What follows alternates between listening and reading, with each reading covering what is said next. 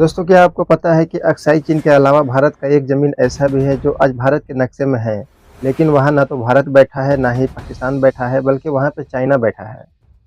और दोस्तों, सबसे चौंकाने वाली बात यह है कि यह ज़मीन पाकिस्तान ने इलीगल तरीक़ा से कब्ज़ा किया और कब्ज़ा करके फिर चाइना को गिफ्ट कर दिया।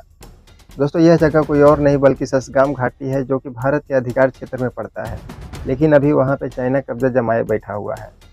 दोस्तों, यह ससगाम वैली आजकल चर्चा में बना हुआ है। चर्चा में इसीलिए बना हुआ है क्योंकि चाइना यहाँ पर China Pakistan economic corridor project के तहत यानी सीपेक के तहत यहाँ चाइना निर्माण कार्य कर रहा है।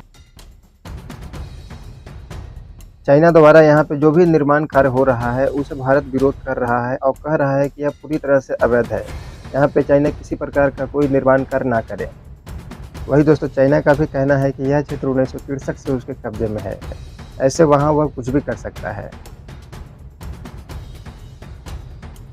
तो ऐसे में आइए दोस्तों, आज के वीडियो में हम बात करते हैं ससगाम वैली के इतिहास के बारे में।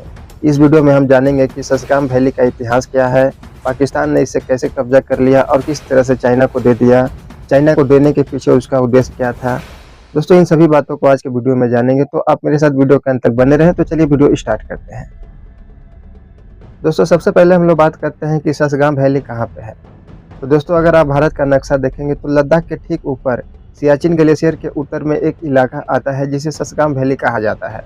यह इलाका काराकोरम पर्वत में पड़ता है, जो कि गिलगिट बाल्टिस्तान से सटा हुआ है और अक्साई चीन इससे जुड़ा हुआ है। दोस्तों, यहाँ ध्यान देने वाला बात यह है कि यह क्षेत्र लगभग 5180 वर्ग किलोमीटर में फैला हुआ है, यानी इसका क्षेत्रफल दिल्ली से 3 गुना बड़ा है।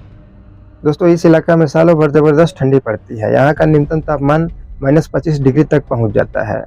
इसीलिए दोस्तों, कठिन वातावरण होने के कारण एक नो मैन लैंड है, यानी यहाँ पे दूर दूर तक एक भी आदमी नहीं रहता है। ऐसे में दोस्तों, अब सवाल आता है कि इस इलाका में जब एक भी आदमी नहीं रहता है, सालों भर ठंडा पड़ता है, तो यह इलाका भारत के लिए इतना ज़रूरी क्यों है।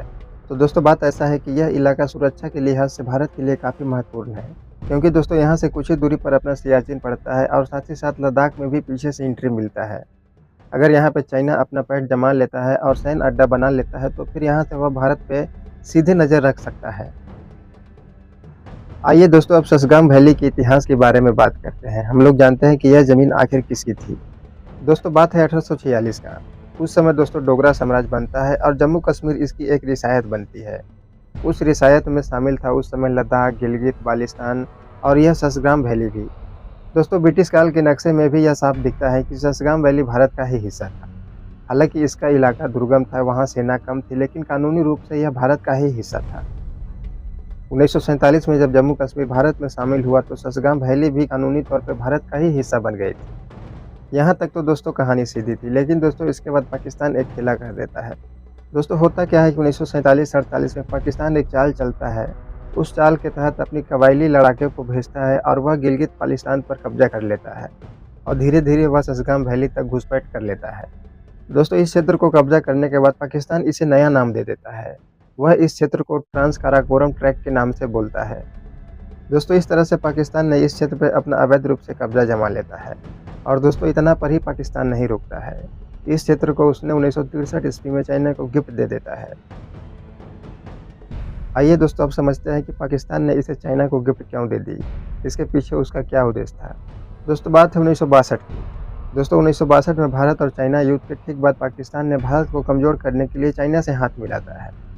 2 मार्च 1963 को पाकिस्तान के तत्कालीन विदेश मंत्री जुल्फ़िकार अली भुट्टो और चीन के बीच एक सीनो पाकिस्तान बाउंड्री एग्रीमेंट होता है।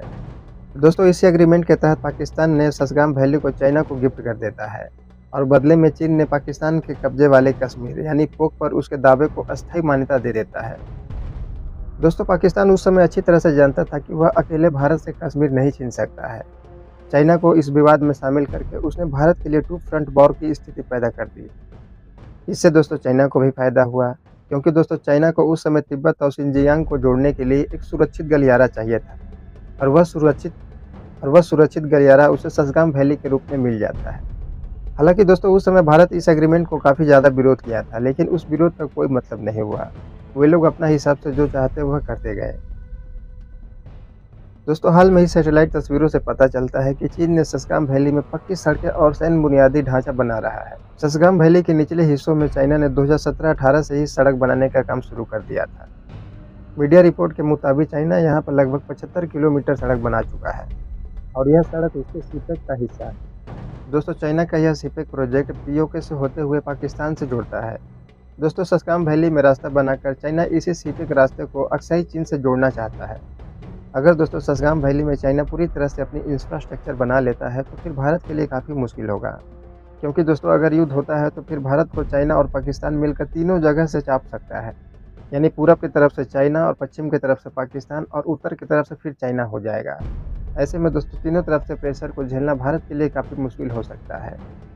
इसीलिए दोस्तों सस्काम वैली भारत के लिए सिर्फ एक इलाका नहीं है, बल्कि भारत की सुरक्षा और भारत की संप्रभुता और रणनीति के लिए काफ़ी एक महत्वपूर्ण जगह है। तो दोस्तों कुल मिलाकर बात यही आता है कि पाकिस्तान ने इस सस्काम वैली को अवैध रूप से कब्जा किया और कब्जा करने के बाद चाइना को दे दिया। लेकिन दोस्तों इतिहास साफ कहता है कि यह ज़मीन भारत का है और भारत एक दिन इसे वापस लेके रहेगी। तो दोस्तों आज के वीडियो में बस इतना ही। अगर वीडियो आपको अच्छा लगा तो वीडियो को लाइक करें, चैनल पर नए हैं तो चैनल को सब्सक्राइब कर दें। बहुत ही जल्द मिलते हैं किसी अगली वीडियो के साथ, तब तक के लिए नमस्कार, जय हिंद।